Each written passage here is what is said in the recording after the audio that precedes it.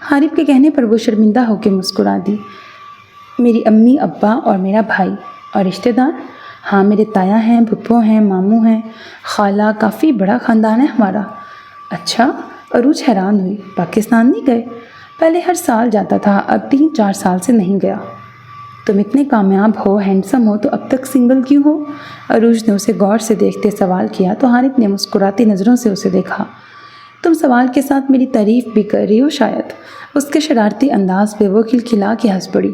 شاید نہیں، میں واقعی تمہاری تعریف کر رہی ہوں۔ تمہیں لگتا ہے کہ میری عمر نکل گئی ہے شادی کی؟ اوہ نہیں، عروج نے جلدی سے ہاتھ اٹھا کے اسے وضاحت کی۔ میں صرف یہ کہہ رہی ہوں، اتنے سال سے اس ملک میں تم اتنے کامیاب ہو کے اکیلے ہو۔ کیا کبھی کوئی لڑکی پسند نہیں آئی یا شادی تمہاری فیوچر پلانز میں شامل نہیں؟ جب کچھ دیر حارث خاموش رہا تو عروج کو احساس ہوا آج وہ کچھ زیادہ ہی پرسنل ہو گئی ہے۔ اس کے دل کی کیفیت اچانک بدلی ہے، پر اگلے کے دل و دماغ میں کیا چل رہا ہے وہ اس بات سے انجان تھی۔ سوری حارث، میں شاید زیادہ ہی پرسنل ہو گئی ہوں۔ حارث نے چونک کر عروج کا شرمندہ انداز دیکھا۔ نہیں، میں تمہارے سوال پہ سوچ میں پڑ گیا تھا۔ واقعی اتنے سالوں سے کسی چہرے نے مجھے اتنا امپریس نہیں کیا کہ میں اس سے شادی کے بارے میں سوچوں۔ میری بہت سی گرل فرینڈز رہی ہیں، لیکن ان کے آنے یا جانے سے میری زندگی میں کوئی فرق نہیں پڑا، اور نہ ان سے مل کے مجھے لگا کہ وہ اتنی ضروری ہیں کہ انہیں زندگی کا حصہ یا زندگی کا ساتھی بنا لینا چاہیے۔ اور کیا ابھی تک وہ تلاش جاری ہے؟ عروج نے غور سے اس کا چہرہ دیکھا۔ میں کسی تلاش میں نہیں، حارث نے مسکرا کے کہا۔ تو شادی نہیں کرنی تمہیں؟ وہ بھی مسکرائی۔ کرنی ہے، لیکن ابھی سوچا نہیں۔ ویسے بھی ہماری فیملی میں شادی فیملی کے اندر ہی کرتے ہیں، مطلب کزن میرج، اور مجھے یہ سلسلہ بالکل پسند نہیں۔ بچپن سے جن چہروں کو دیکھتے آ رہے ہیں انہیں کو اب ساری زندگی دیکھو۔ اس کے بیزار انداز پہ وہ کھلکھلا کے ہنس پڑی۔ کیوں، کوئی کزن اتنا حسین چہرہ نہیں رکھتی جو تمہارے دل میں اتر جائے؟ اس کی بات پہ حارث کے چہرے پر گہری مسکراہٹ آئی تھی۔ ہمارا خاندان اپنی خوبصورتی کے لیے جانا جاتا ہے، سب ایک سے بڑھ کے ایک ہیں، لیکن بات پھر وہی میری سوچ کی، اور سب سے بڑھ کر ابھی تک دل میں کوئی نہیں اتری۔ اور یہاں قیام کے دوران میں جتنی بار بھی پاکستان گیا ہوں بہت کم کسی سے ملاقات ہوئی ہے، سو پتہ نہیں کوئی قاتل حسینہ وہیں چھپی ہو۔ اب کہ وہ بات کو مذاق کا رخ دے گیا تھا۔ خیر میری چھوڑو، تم اپنی بتاؤ، جب سے ملاقات ہوئی ہے کبھی تم نے اپنی فیملی کا ذکر نہیں کیا؟ اس کی بات پہ عروج نے گہرا سانس لیا۔ میرا تمہاری طرح کوئی لمبا چوڑا اسٹرانگ فیملی بیک گراؤنڈ نہیں۔ کراچی کی ایک مڈل کلاس فیملی سے میرا تعلق ہے۔ ابو کی ڈیتھ کو بھی 10-11 سال ہو گئے ہیں۔ امی ہاؤس وائف ہیں اور ہم 5 بہنیں ہیں، 2 کی شادی ہو چکی ہے۔ میں تیسرے نمبر پہ ہوں اور مجھ سے چھوٹی 2 اور بہنیں ہیں، اور زندگی کے وہی مسائل ہیں جو ہر مڈل کلاس فیملی کے ہیں، جن کے سر پر مرد کا سایہ نہ ہو۔ میں نے MCS کرنے کے بعد وہیں ایک فارماسیوٹیکل کمپنی میں جاب کر لی، لیکن مہنگائی اتنی تھی کہ گزارا مشکل ہو رہا تھا۔ میری چھوٹی بہن بھی ایک اسکول میں جاب کرتی ہے، شام میں ٹیوشن دیتی ہے، لیکن یہ کافی نہیں تھا۔ پھر کسی کو تو ہمت کرنی تھی۔ رمیز نے مجھے مشورہ دیا کہ یہاں اپلائی کروں۔ پہلے تو ہمت نہیں ہوئی، لیکن پھر حوصلہ کر کے اپلائی کر دیا۔ زیادہ امید نہیں تھی کہ مجھے جاب مل جائے گی، لیکن شاید قسمت میں یہاں آنا لکھا تھا۔ بات کے آخر میں وہ تھکے ہوئے انداز میں مسکرائی تو غور سے سنتے حارث نے ابرو چکائے۔ پہلی ملاقات میں جیسی تم مجھے لگی تھی تم مجھ سے مختلف ہو۔ اس کی بات پہ عروج نے چونک کے اسے دیکھا۔ میں پہلی ملاقات میں کیسی لگی تھی؟ پلیز سچ بتانا۔ میں ہمیشہ سیدھی بات ہی کرتا ہوں، اس لیے میرے دوست کم ہیں، حارث نے مسکرا کے کہا۔ بتاؤ نا، میں کیسی لگی تھی تمہیں پہلی ملاقات میں؟ عروج کے لہجے میں تجسس کے ساتھ بے چینی تھی۔ بولڈ، اس نے ایک لفظ میں جیسے اس کی ذات کو ڈیفائن کیا۔ بولڈ، عروج نے دہرایا۔ کیونکہ میں نے خود فون کر کے تمہاری طرف دوستی کا ہاتھ بڑھایا؟ اب کہ وہ سنجیدہ تھی۔ شاید۔ حارث اس کا پھولا منہ دیکھ کے زیر لب مسکرایا۔ ہاں، شاید غلط کیا اپنے دل کی آواز سن کے۔ انسان جتنا بھی ماڈرن ہو جائے، خود کو لبرل کہے، لیکن لڑکی کی پہل کو مرد ہمیشہ بے باکی مانتا ہے۔ عروج اچھا خاصا برا مان گئی تھی۔ حارث کتنی دیر ہونٹ بھینچے اس کا ناراض چہرہ دیکھتا رہا، جو اب اس کی طرف دیکھ بھی نہیں رہی تھی۔ آخر کار وہ کہا لگا کہ ہنس پڑا۔ عروج نے ناراضگی سے اسے دیکھا۔ یار، تم لڑکیاں جتنا مرضی کہو، ہمیں سیلف اویئرنیس ہے، ہمیں فرق نہیں پڑتا سامنے والا بندہ ہمارے بارے میں کیا سوچتا ہے، پر اگر ذرا سا نیگیٹو بول دو بس ایگو ہرٹ ہو جاتی ہے۔ سیلف اویئرنیس گئی بھاڑ میں۔ وہ مسلسل مسکرا رہا تھا۔ اس کی بات اور اس کی مسکراہٹ پر عروج شدید خفت کا شکار ہوئی تھی۔ بے فکر رہو، میں بالکل تمہیں جج نہیں کر رہا، مجھے بھی تم اچھی لگی تھی، اسی لیے دوستی کی تھی۔ اب جلدی سے اپنا کھانا ختم کرو، مووی کا ٹائم ہونے والا ہے۔ اس کے کہنے پر عروج سر جھٹک کے اپنی پلیٹ پر جھک گئی۔ اب کیسی طبیعت ہے تمہاری؟ میں ٹھیک ہوں امی۔ اس نے کافی کا گھونٹ لیا جبکہ نظریں کمپیوٹر اسکرین پہ تھیں۔ ٹھیک ہو تو پھر کھانس کیوں رہے ہو؟ اور آواز بھی بھاری ہے، مطلب زکام ابھی بھی ہے؟ اتنی لمبی پیش گوئی پہ سمیر نے ابرو اچکائے۔ آپ کو میری بات پہ یقین کیوں نہیں آتا امی؟ میں اب ٹھیک ہوں، بس تھوڑی سی کھانسی ہے، اس کے میڈیسن لے رہا ہوں۔ فکر کیسے نہ کروں، ماں ہوں تمہاری، نظروں کے سامنے ہوتے تو بھی کچھ تسلی رہتی، اب تو 7 سمندر پار ہو۔ ساری رات اور دن بس یہی خیال رہتا ہے، پتہ نہیں تم نے ٹھیک سے کھانا کھایا ہوگا بھی یا نہیں۔ بیماری میں تو تم ویسے بھی اتنے چڑچڑے ہو جاتے ہو، پتہ نہیں کسی نے پرہیزی کھانا بنا کے دیا ہوگا بھی یا نہیں۔ اب کہ ان کی آواز بھرا گئی تو میل پڑھتے سمیر نے گہرا سانس لیا اور نظریں اسکرین سے ہٹا لیں۔ میں سمجھتا ہوں امی آپ کو فکر ہے، پر میں ٹھیک ہوں، آنٹی میرا بہت خیال رکھتی ہیں، انکل ماریا، علیزہ سب میرے ساتھ بہت اچھے ہیں۔ اچھا؟ وہ مسکرائیں۔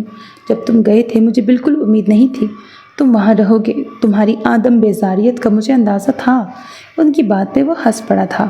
امید تو مجھے بھی نہیں تھی کہ میں کسی کے گھر کمفرٹیبل محسوس کروں گا جن کو میں ٹھیک طرح سے جانتا بھی نہیں، پر ان کے ساتھ اتنا دل لگ گیا ہے کہ اب اکیلے جا کے رہنے کے خیال سے گھبراہٹ ہوتی ہے۔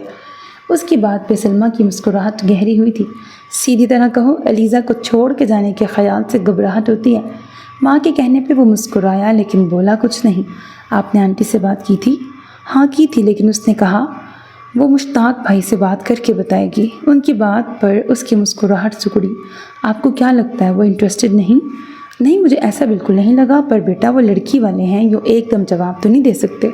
سمیر نے اپنی پشت کرسی سے لگائی۔ امی، انکل آنٹی تو اچھے خاصے اسٹریٹ فارورڈ ہیں، تو اس ٹال مٹول کا مطلب؟ کیا پتہ علیزہ انٹرسٹڈ نہ ہو۔ ان کی بات پر ایک پل کے لیے وہ چپ کا چپ رہ گیا، پھر بولا نہیں امی، مجھے ایسا نہیں لگتا، بلکہ میری اور اس کی بڑی اچھی انڈرسٹینڈنگ ہے۔ اگر وہ مجھے پسند نہ کرتی تو میری اتنی پرواہ نہ کرتی۔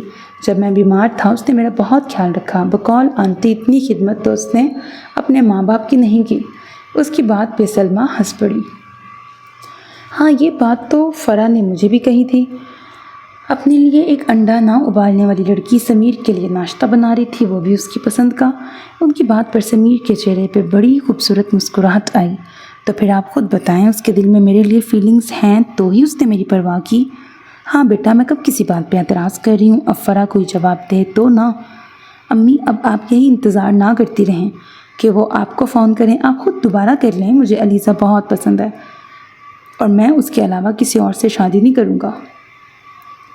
وہ دو ٹوک انداز میں بولا تو سلمیٰ اب کچھ پریشان ہوں۔ سمیر، یہ رشتے زور زبردستی کے نہیں ہوتے بیٹا، ہم تو راضی ہیں، بس ان کے اشارہ کرنے کی دیر ہے، ہم اسی وقت منگنی کی بات کر لیں گے۔ لیکن اس سے پہلے میں دوبارہ فرح سے بات کروں، تم علیزہ کی رائے لے لو، اگر وہ راضی ہے تو مسئلہ ختم۔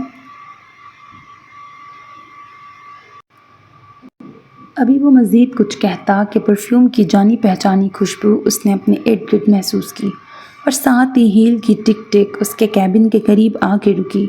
اس نے نظریں اٹھائیں اور بے یقینی سے اسے دیکھنے لگا۔ اس کے یوں دیکھنے اور حیران ہونے پر ایک دل فریب مسکراہٹ علیزہ کے چہرے پہ آئی۔ مجھے پتہ تھا تم یوں ہی حیران ہوگے، کیسا لگا میرا سرپرائز؟ وہ کہتی ہوئی اس کے سامنے رکھی کرسی پہ بیٹھ گئی۔ Pleasant surprise. وہ ابھی بھی فون کان سے لگائے ہوئے تھا۔ میں کلب جا رہی تھی، سوچا اگر تم فری ہو تو تم بھی ساتھ چلو، ویسے تمہارے آفس آورز ختم ہو گئے ہیں، ہے نا؟ اس نے کلائی پہ بندی خوبصورت رسٹ واچ پر نظر ڈالی جہاں 5 بج رہے تھے۔ ہاں، میرا کام ختم ہو گیا ہے، بس 2 میلز سینڈ کرنی ہیں، کہہ کے وہ تیزی سے کی بورڈ پہ انگلیاں چلانے لگا، جبکہ دوسری طرف خاموشی سے سنتی سلمیٰ کو اب کچھ اندازہ ہو گیا تھا آنے والی کون ہے۔ سمیر کون ہے؟ کچھ بھی کہنے سے پہلے انہوں نے کنفرم کرنا ضروری سمجھا۔ امی، علیزہ ہے، اس نے کہتے ہوئے مسکرا کے علیزہ کو دیکھا۔ اچھا، میری بات تو کرواؤ۔ امی ہیں۔ سمیر نے اپنا فون علیزہ کی طرف بڑھایا۔ ہیلو آنٹی، کیسی ہیں آپ؟ میں ٹھیک ہوں بیٹا، تم کیسی ہو؟ میں بالکل ٹھیک ہوں۔ میں نے 2-3 دفعہ گھر فون کیا، فرح سے بات ہوئی، لیکن اتفاق ہی سمجھو جب بھی فون کیا تم سے بات نہیں ہو سکی۔ بس آنٹی ٹائمنگز کی وجہ سے، ایک تو پاکستان اور یہاں دن رات کا فرق ہے، دوسرا